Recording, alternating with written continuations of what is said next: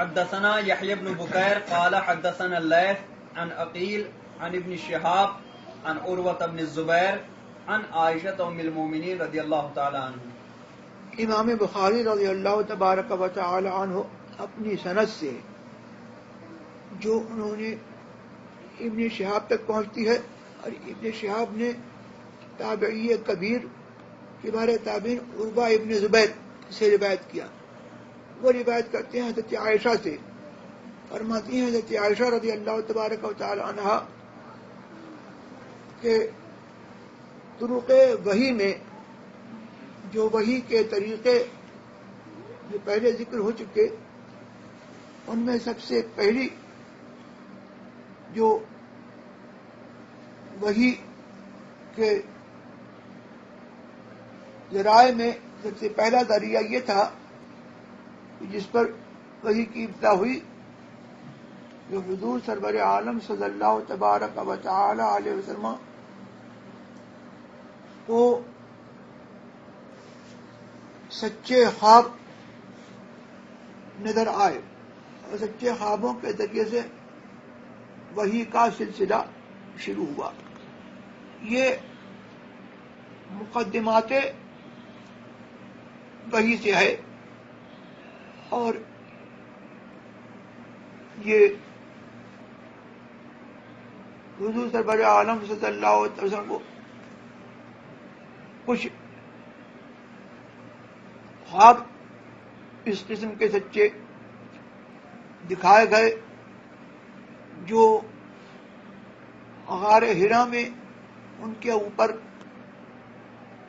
وحی آنے والی تھی، یہ خواب اس کے متعلق تھے، اور یہ مقدمات وحی سے تھے۔ کہتی ہیں کہ حضور کوئی خواب نہیں دیکھتے تھے، مگر اس کی تعبیر ایسے آتی تھی جس طرح سے سرے کی پو نمودار ہوتی ہے، ہٹتی ہے، اس طور پر جو ہے حضور کے خوابوں کی تعبیر جو ہے سچی جو ہے تعبیر اس کی آ جاتی تھی۔ اور یہ پہلا سلسلہ جو ہے شروع میں آپ کو رؤیا صادقہ جو ہے کے ذریعے سے آپ کے اوپر وحی کا سلسلہ شروع ہوا۔ اب کہتی ہیں ثم حبب الیہ الخلا، پھر حضور سرور عالم صلی اللہ تبارک و تعالی علیہ وسلم کو خلوت نشینی اور گوشہ نشینی کی چاہت ہوئی، اور آپ کی رغبت گوشہ نشینی میں بڑھ گئی، اور لوگوں سے الگ اور خلوت نشینی کی محبت آپ کو بڑھی۔ یہ وہی ہجرت ہے جس کا پہلی حدیث انما الاعمال بالنیات کے تحت میں نے ذکر کیا تھا کہ اللہ تبارک و تعالی جس کو اپنی نبوت سے نوازتا ہے اس کو اللہ تبارک و تعالی مستعد کرتا ہے، اور اس کو یہ استعداد بخشتا ہے کہ وہ لوگوں سے الگ تھلگ کسی گوشے میں وہ تفکر میں مشغول ہوتا ہے۔ اور یہ دلیل ہے اس بات کی کہ انبیاء کرام رضوان علیہ الصلوۃ والسلام کو اللہ تبارک و تعالی انسانوں میں سب سے اعلیٰ مرتبے پر فائز کرتا ہے، اور نبوت کو دینے سے پہلے اللہ تبارک و تعالی ان کو اپنی معرفت سے نوازتا ہے۔ تو ہر نبی جو ہے وہ اللہ تبارک و تعالی کا عرفان رکھتا ہے، اور اس کی معرفت جو ہے وہ اس کو اللہ کی طرف اس کا شوق، اس کی رغبت بڑھاتی ہے، یہاں تک کہ اس کا سب کچھ وہ اللہ کے لیے خالص ہو جاتا ہے. وہ اخلاص عمل اور اخلاص حرکات اور اخلاص سکنات، اپنی حرکات، اپنی سکنات اور اپنی ذات سب کچھ اللہ تبارک و تعالیٰ کے لیے جو ہے وہ خالص کر دیتا ہے. اسی لیے جو ہے مقدمات وحی کے طور پر جو ہے اللہ تبارک و تعالی انبیاء کرام کو اعلیٰ درجہ اخلاص پر فائز کرتا ہے کہ وہ اپنا سب کچھ جو ہے اللہ تبارک و تعالی کے لیے جو ہے وہ کر دیتے ہیں. اپنے وجود سے اور اپنے تمام خواہشات سے وہ دستبردار ہوتے ہیں اور اللہ تبارک و تعالی ان کو جو ہے اعلیٰ مرتبہ اخلاص پر فائز کرتا ہے. لہذا یہ اخلاص کی تعلیم جو ہے یہ تمام انبیاء کرام میں مشترک ہے اور یہ اخلاص تمام انبیاء کرام کا اعلیٰ درجے کا وصف ہے. اور اس کا سب سے بڑا حصہ سید الانبیاء جناب احمد مجتبی محمد مصطفیٰ صلی اللہ تبارک و تعالی علیہ وسلم کو اللہ تبارک تعالیٰ نے عطا فرمایا. تو جو نبی ہوتا ہے وہ اپنی بدو فطرت سے اپنے ابتدائی حالات میں جو ہے بظاہر وہ خلق کے اور کائنات میں اور لوگوں میں جو ہے وہ ہوتا ہے، لیکن اپنے دل سے اور اپنی معرفت کے لحاظ سے وہ لوگوں سے جو ہے الگ ہوتا ہے. ادھر مخلوق میں شامل، ادھر اللہ سے واصل، خواص اس برزخ کبریٰ میں ہے حرف مشدد کا. تو یہاں پر یہ جو ہے ہجرت حقیقی یہ ہے کہ آدمی اللہ تبارک و تعالی کے لیے جو ہے سب کچھ اللہ کے لیے چھوڑ دے. حضور نے ہمارے لیے یہ ہجرت بتائی کہ اللہ تبارک و تعالیٰ نے جن چیزوں سے منع فرمایا مہاجر وہ ہے کہ جو وہ چھوڑ دے جن سے اللہ نے منع فرمایا. اور نبی کا مرتبہ یہ ہے کہ معصب اللہ کے ممانعات کا منتظر نہ رہے، بلکہ اللہ تبارک و تعالی کی طرف سے جو اس کو معرفت حاصل ہوئی ہے اس معرفت کا اس پر یہ اثر ہو کہ اللہ تبارک و تعالی کے لیے جو ہے وہ سب کچھ چھوڑ دے، سارے عالم کو، ساری دنیا کو اللہ کے لیے چھوڑ دے، اور اللہ کے حکم کا منتظر نہ ہو کہ اللہ تبارک تعالیٰ اس کو حکم دے کہ یہ چھوڑو اور یہ پکڑو. وہ سب کچھ اللہ کے لیے جو ہے چھوڑ دیتا ہے. یہ انبیاء کا اور اس سربر انبیاء کا جو ہے یہ منصب ہے. تو یہ جو ہے جو مقدمات وحی کے طور پر ہجرت کے سلسلے میں جو میں نے بیان کیا تھا اس کی جو ہے تفسیر اور اس کی تائید جو ہے یہاں پر ہوئی کہ ثم حبب الیہ خلا کہ حضور سرور عالم صلی اللہ تبارک و تعالی علیہ کو پھر یہ رغبت ہوئی کہ انہوں نے جو ہے سب کو چھوڑا اور سب کو چھوڑ کر کے وہ ان کو گوشہ نشینی کی رغبت ہوئی اور سب سے الگ ہو کر کے ان کو یہ محبوب ہوا کہ اللہ تبارک و تعالی کی ذات و اللہ کی صفات میں اور اللہ تبارک و تعالی کی نشانیوں میں جو ہے وہ تفکر کریں. تو ان کو جو ہے یہ خلوت نشینی ان کو پسند آئی اور ان کے لیے جو ہے اس میں رغبت رکھی گئی. اب کیا آگے کیا کہا وَكَانَ يَخْلُو بِغَارِ حِرَا فَيَتَحَنَّثُ فِيهِ وَهُوَ تَعَبُّدُ اللَّيَالِيَ ذَوَاتِ الْعَدَدِ. اپنا گھر بار چھوڑ کر کے اور اپنے اہل کو چھوڑ کر کے غار حرا میں آپ تنہا تشریف رکھتے تھے. وَكَانَ يَتَحَنَّثُ وكان فيتحنث فيه وهو تعبد الليالي ذوات العدد قبل ان ينزل الى اهله.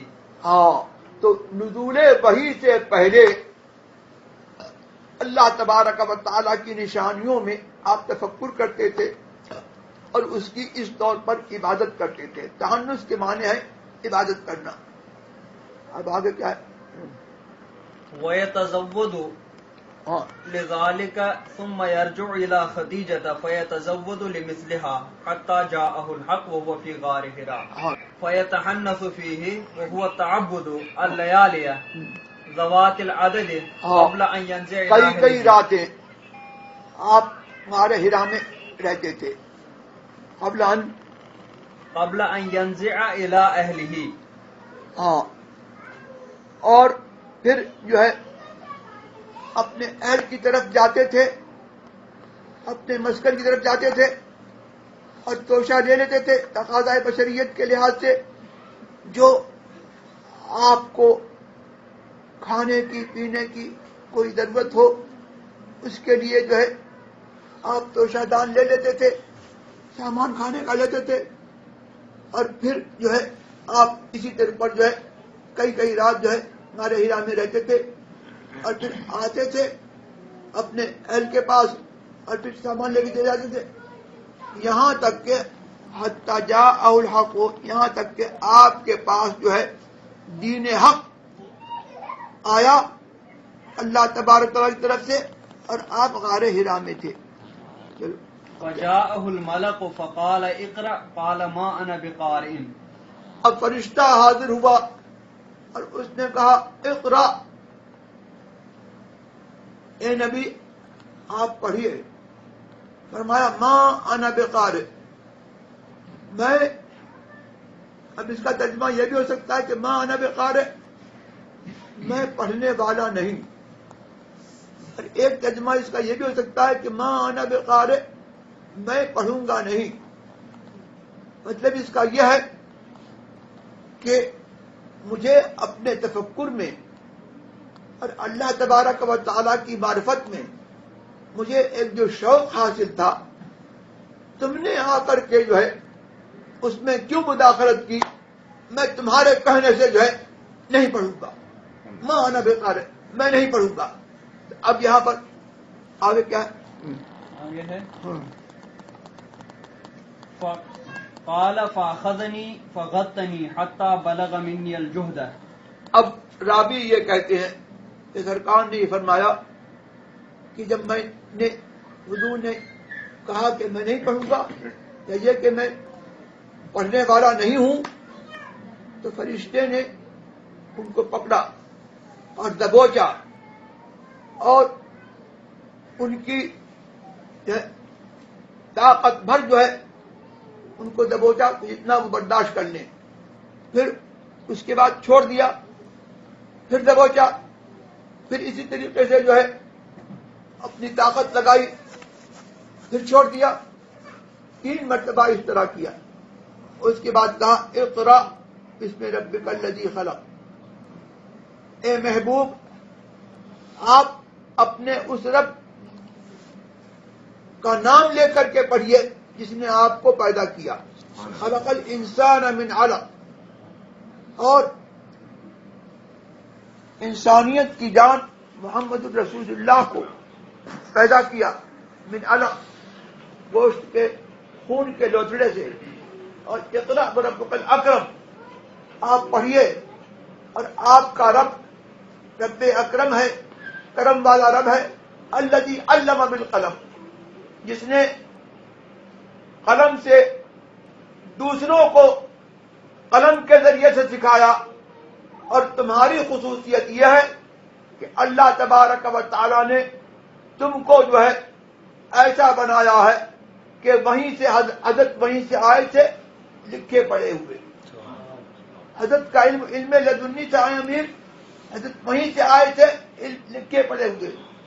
تو جس رب نے جو ہے اوروں کو قلم کے ذریعے سے اور کتاب کے ذریعے سے پڑھایا وہ قدرت والا ہے.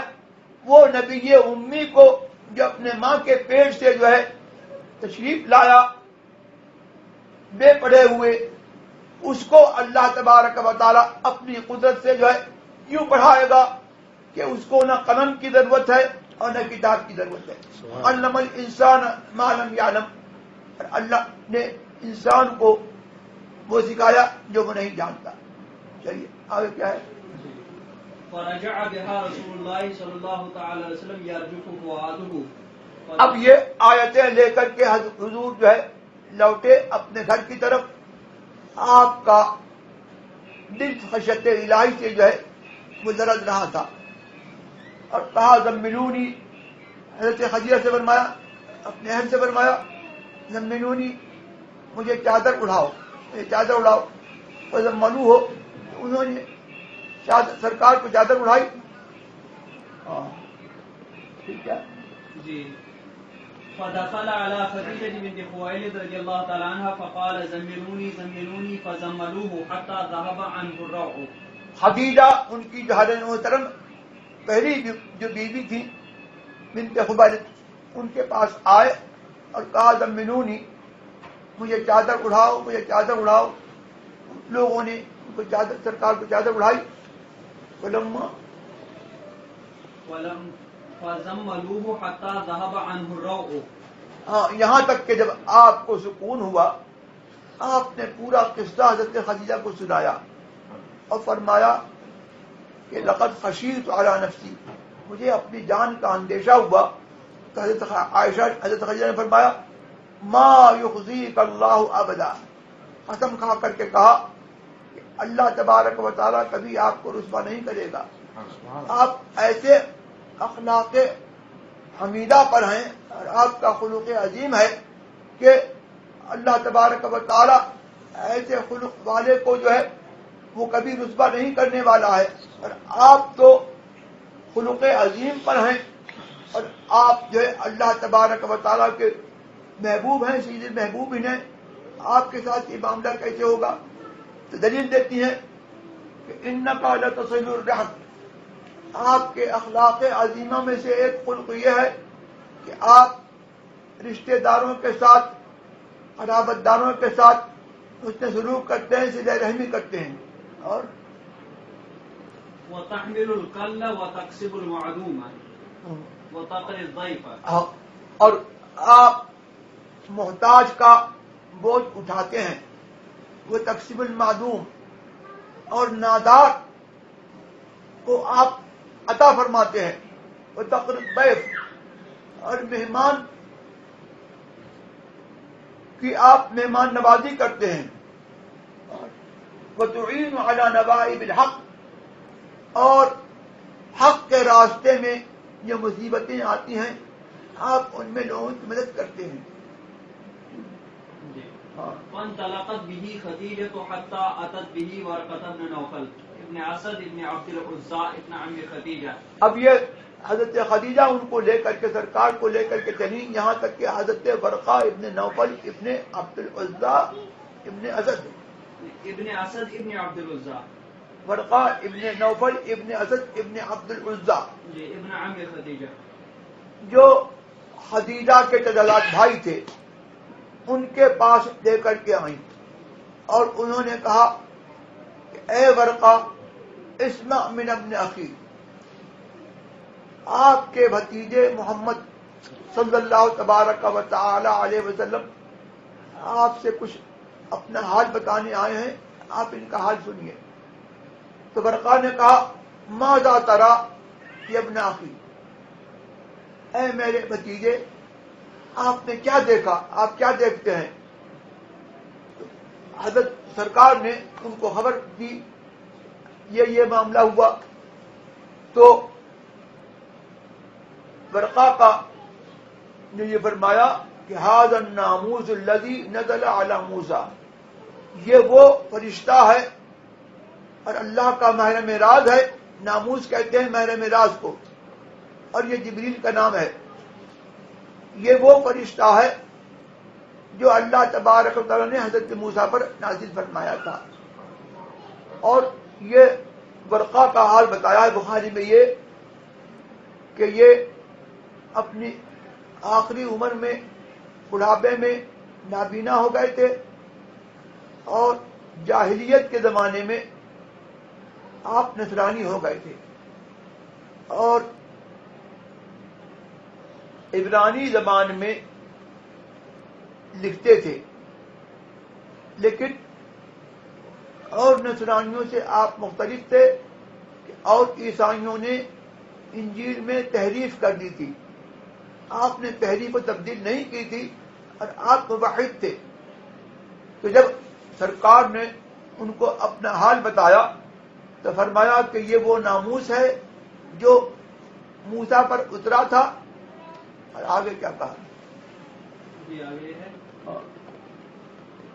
یا لیتنی فیہا جزعن لیتنی اکون، اور تمنا یہ کی کہ یا لیتنی فیہا جزعا، جزع کہتے ہیں نوجوان قوی کو، کہ میں قوی اور کم سن نوجوان ہوتا۔ فیہا یہاں پر ضمیر لوٹ رہی ہے بیسط کی طرف، جو مقام سے مفہوم ہے، اگرچہ اس کا ذکر نہیں ہے لیکن مقام سے جو ہے مفہوم ہو رہی ہے، تو جو بیسط جو مقام جس کو سمجھا رہا ہے اس کی طرف یہ ضمیر لوٹ رہی ہے کہ میں آپ کی نبوت کے زمانے میں جب آپ اعلان نبوت فرمائیں گے میں قوی ہوتا اور کم سن نوجوان ہوتا تاکہ میں آپ کی مدد فرما کرتا۔ اور کیا ہے؟ یا لیتنی فیہا جزعن لیتنی اکون حیا اذ یخرجک قومک، ہاں، اور کاش میں زندہ ہوتا جب آپ کو آپ کی قوم مکے سے نکالے گی اور ہجرت پر مجبور کرے گی۔ تو حضرت حضور نے یہ فرمایا اب مخرجیہم، کیا وہ مجھ کو نکالیں گے؟ آپ نے فرمایا کہ تم جو لے کر کے آئے ہو کوئی نبی جو ہے وہ لے کر کے نہیں آیا مگر یہ کہ جو ہے اس کی قوم اس کی دشمن ہوئی اور انہوں نے جو ہے اس کو جو ہے نکلنے پر اس کی شرارت سے جو ہے اس نبی کو جانا پڑا، تو آپ کے ساتھ بھی یہی ہوگا۔ یہاں سے معلوم ہوا کہ حضرت ورقہ ابن نوفل رضی اللہ تبارک و تعالی عنہ نے دو باتوں کی خبر دی، ایک یہ کہ یہ سرکار جو ہے اپنی نبوت کا اعلان فرمائیں گے، اور دوسری بات کی یہ خبر دی کہ جب نبوت کا اعلان فرمائیں گے تو قوم آپ کی دشمن ہوگی اور آپ کو ہجرت پر مجبور کرے گی، آپ کو مکے سے جانا پڑے گا اور آپ جو ہے ہجرت کر کے جو ہے اپنا وطن چھوڑ کر کے آپ چلے جائیں گے۔ یہ علوم خمس جن کا قرآن کریم میں ذکر ہے، ان علوم خمس کی جو ہے میں سے بعض علوم کی ورقہ نے خبر دی۔ قرآن کریم میں ہے ان اللہ عنده علم الساعة وينزل الغيث ويعلم ما في الارحام وما تدري ولا نفس ماذا تكسب غدا وما تدري نفس بأي ارض تموت۔ اللہ کے پاس ہی قیامت کا علم ہے کہ کب قیامت قائم ہوگی، اور اللہ تبارک و تعالی بارش اتارتا ہے، اور پیٹ میں کیا ہے اللہ جانتا ہے، اور کوئی جان کل کیا کام کرے گی وہ اللہ جانتا ہے، اور کوئی جان کہاں مرے گی اللہ جانتا ہے۔ اب حضرت ورقہ نے یہاں یہ بتا دیا کہ مستقبل میں آپ اعلان نبوت کریں گے اور آپ کی قوم کے بارے میں یہ بتایا کہ مستقبل میں وہ آپ کو اپنے وطن سے باہر کریں گے، نکالیں گے، آپ کو وہاں پر جانا ہوگا۔ دو باتیں یہ بتائیں، اور تیسری بات یہ بتا دی کہ اتنے زمانے تک میں زندہ نہیں رہوں گا۔ کہتے کہ کاش میں اس وقت زندہ ہوتا تو یہ علوم خمس جو ہے یہ نبی نہیں ہے برقع، اور نبوت غیر نبی ہے، لیکن اللہ تبارک و تعالی کے بتائے سے جو ہے یہ ان علوم کی خبر دے رہے ہیں۔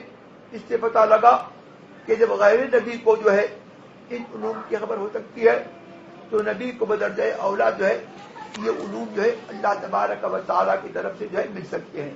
اسی لیے ہمارے علماء کرام کا یہ مذہب ہے کہ اللہ تبارک و تعالیٰ نے حضور سرور عالم صلی اللہ تبارک و تعالی علیہ وسلم کو منصب نبوت پر جب فائز کیا تو اللہ تبارک و تعالیٰ نے ان کو علوم اولین و آخرین عطا فرمائے، اور یہ علوم خمس بھی جو ہے اللہ نے ان کو بدرجہ عطا عطا فرمائے۔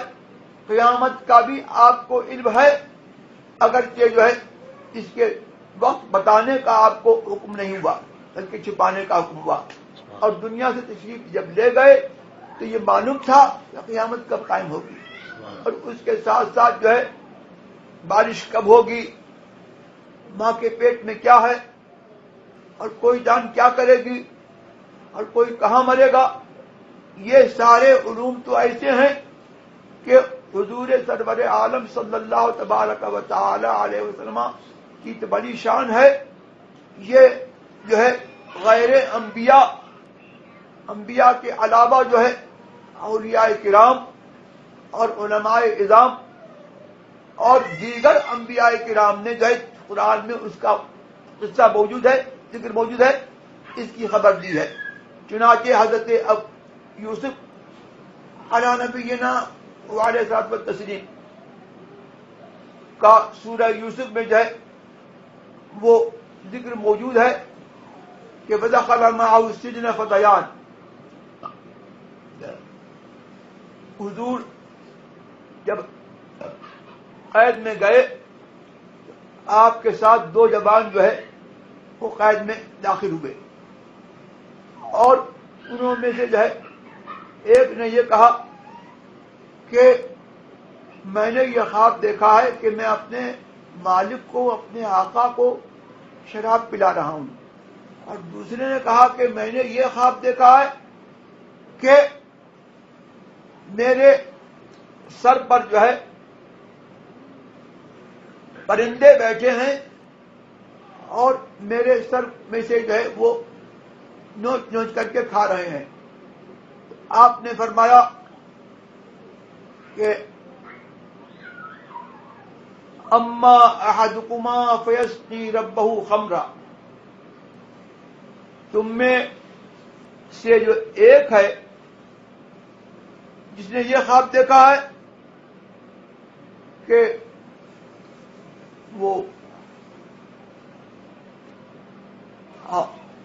جس نے یہ خواب دیکھا کہ وہ انگور کا رس جو ہے نکال رہا ہے، تو کہا اما احدکما، جس نے یہ خواب دیکھا تھا کہ انگور کا رس نکال رہا ہے، یسقی ربہ خمرا، وہ اپنے آقا کو شراب پلائے گا۔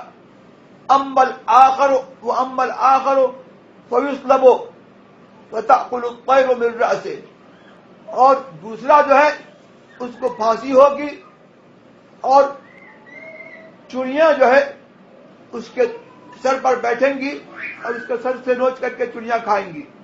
قضی الامر الذی فیہ تستفتیان، اور یہ معاملہ جو ہے اللہ کے ہاں مقدر ہو چکا جس کا تم جو ہے مجھ سے سوال کر رہے ہو۔ پھر بادشاہ نے یہ خواب دیکھا کہ 7 گائیں ہیں اور جو ہے ان موٹی موٹی 7 گائیں ہیں اور ان کو 7 جو ہے دبلی گائیں جو ہیں وہ کھا رہی ہیں، اور 7 باریاں جو ہیں وہ ہری بھری دیکھی اور 7 باریاں جو ہیں خشک دیکھی۔ تو بادشاہ نے کہا کہ یہ میں خواب دیکھ رہا ہوں، اس کی تعبیر مجھے دو۔ اس کے مصاحب بولے کہ یہ تو پریشان خواب ہے اور ہمیں تعبیر کی خواب کی نہیں آتی، اور جو 2 قیدیوں میں سے جو ایک تھا جو بچ گیا تھا اس کو یاد آیا تو اس نے کہا کہ مجھے بھیجو تو میں تم کو جو ہے اس خواب کی تعبیر لا کے بتاتا ہوں۔ تو وہ حضرت یوسف کے پاس حاضر ہوا اور کہا کہ یوسف ایھا الصدیق افتنا فی 7 بقرات سمان یأکلہن 7 عجاف و7 سنبلات خضر وأخر یابسات. یوسف ایھا الصدیق، اے یوسف صدیق، ہم کو اس خواب کے بارے میں جو ہے آپ بتائیے. جو بادشاہ نے جو خواب دیکھا ہے کہ 7 گائیں ہیں موٹی موٹی، ان کو 7 جو ہے وہ دبلی گائیں کھا رہی ہیں، اور 7 بالیاں جو ہیں ہری بھری ہیں، اور دوسری 7 بالیاں جو ہیں وہ سوکھی ہیں. تو فرمایا آپ نے قال تزرعون 7 سنين دأبا فما حصدتم فذروه في سنبله إلا قليلا مما تأكلون. فرمایا کہ تم لوگ جو ہے مسلسل پے در پے 7 سال جو ہے وہ کھیتی کرو گے، تو جو کچھ تم کھیتی کرو اور کاٹو تو اس کو بالی میں چھوڑ دو، اس کا دانہ بالی میں چھوڑ دو، تھوڑا سا جو تمہارے کھانے کے لیے ہے وہ لے لو، اور باقی جو ہے باقی میں بالی میں چھوڑ دو. پھر مانا کہ ثم یأتی من بعد ذلك 7 شداد یأکلن ما قدمتم لہن الا قلیلا مما تحصنون. پھر یہ فرمایا کہ اس کے بعد جو ہے 7 جو ہے وہ سوکھے کے آئیں گے، اور تم نے جو کچھ مطلب ہے کہ جو ہے اپنا اسٹور کر کے رکھا ہے وہ سارا جو ہے وہ اناج وہ کھا جائیں گے. وہ 7 سال تھوڑا سا جو تم نے بچا کر کے رکھا ہے وہ بچ رہے گا. ثم یأتی من بعد ذلك عام فیہ یغاث الناس وفیہ یعصرون. پھر اس کے بعد جو ہے 1 سال وہ آئے گا جس میں خوب بارش ہوگی اور لوگ جو ہے انگور کا رس نکالیں گے اور شراب بنائیں گے. تو حضرت یوسف نے یہاں پر جو ہے بارش کی خبر بھی دے دی کہ بارش بھی ہوگی، اور حضور نے جو ہے حضرت یوسف نے جو ہے یہ بھی خبر دے دی کہ 7 سال کیا ہوگا اور 7 دوسرے سال جو ہے کیا ہوگا. تو یہ علوم خمس کی خبر ہے کہ نہیں ہے؟ تو یہ جو ہے حضور سرور عالم صلی اللہ تبارک و تعالی علیہ وسلم کے لیے بعض لوگ سمجھتے ہیں کہ علوم خمس جو ہے سرکار کو نہیں دیے گئے. یہ محرومین کا عقیدہ ہو سکتا ہے جو قرآن کریم کے اور احادیث کے خلاف ہے. حضور سرور عالم صلی اللہ تبارک و تعالی کو یہ بھی دیا گیا، اور اس کے علاوہ بہت کچھ وہ دیا گیا جو اللہ نے کسی کو عطا نہیں فرمایا. اور یہ ورقہ ابن نوفل ہیں جو نبی نہیں ہیں، اور نبوت نبی کی تائید میں جو ہے وہ خبر دے رہے ہیں علوم خمس کی. تو اس سے پتہ یہ لگا کہ علم غیب کا جاننا جو ہے اصالتاً یہ نبی کا کام ہے، اور نبوت اطلاع غیب ہی کا نام ہے. اصالتاً علم غیب جو ہے وہ نبی کو ملتا ہے، اور علم غیب کی وہ خبر جس کی سند جو ہے نبی تک پہنچتی ہو، چاہے وہ نبوت کی تائید میں ہو یا نبوت نبی کے بعد جو ہے اور اولیاء کرام کو ملے، وہ علم غیب جو ہے وہ مستند ہے جس کی سند نبی تک پہنچتی ہے. اسی لیے جو ہے کہانت جو ہے پہلے جو ہے وہ کہانت تھی، رائج تھی، اور کہانت حضور کے زمانے سے پہلے جو ہے وہ اس پر کوئی قدغن نہیں تھی. جب حضور تشریف لے آئے تو حضور سرور عالم صلی اللہ تبارک و تعالی کی وحی کو خالص اور ممتاز رکھنے کے لیے جو ہے کہانت حرام کی گئی. اور اس سے پہلے جو ہے کہانت کی حرمت کیوں نہیں ہوئی؟ اس لیے کہ کہانیوں نے جو ہے بھی حضور سرور عالم صلی اللہ تبارک و تعالی علیہ وسلم کی نبوت کی خبریں حضور کی دی.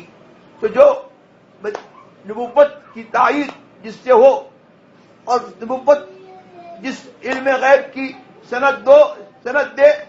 اللہ تبارک و تعالیٰ کے ہاں جو ہے وہ علم غیب جو ہے نبی کے صدقے میں جو ہے ولی کو بھی ملتا ہے اور غیر ولی کو بھی ملتا ہے.